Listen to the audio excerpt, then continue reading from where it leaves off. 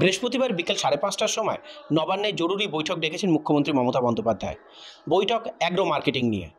এই যুদ্ধের পরিস্থিতিতে অপারেশন সিন্দুর হওয়ার পর যাতে কোনো রকম কোনো কালোবাজারি মাথা তুলতে না পারে এবং বিভিন্ন জায়গায় বাজারের যেন দাম ঠিক থাকে, কোনো জিনিসপত্রের দাম না বাড়ে, সেই দিকে নজরে রেখেই কিন্তু এই বৈঠক ডেকেছেন।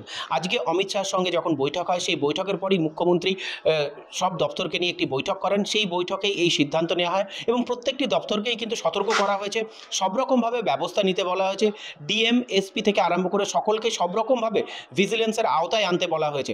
পাশাপাশি মুখ্য সচিবকে কিন্তু এবার নোডাল অফিসার হিসাবেও ঘোষণা করা হয়েছে।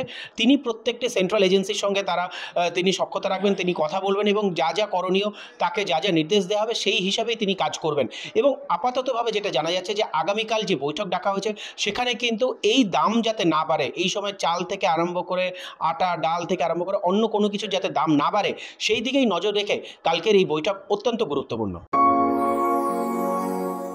KTV Shorts।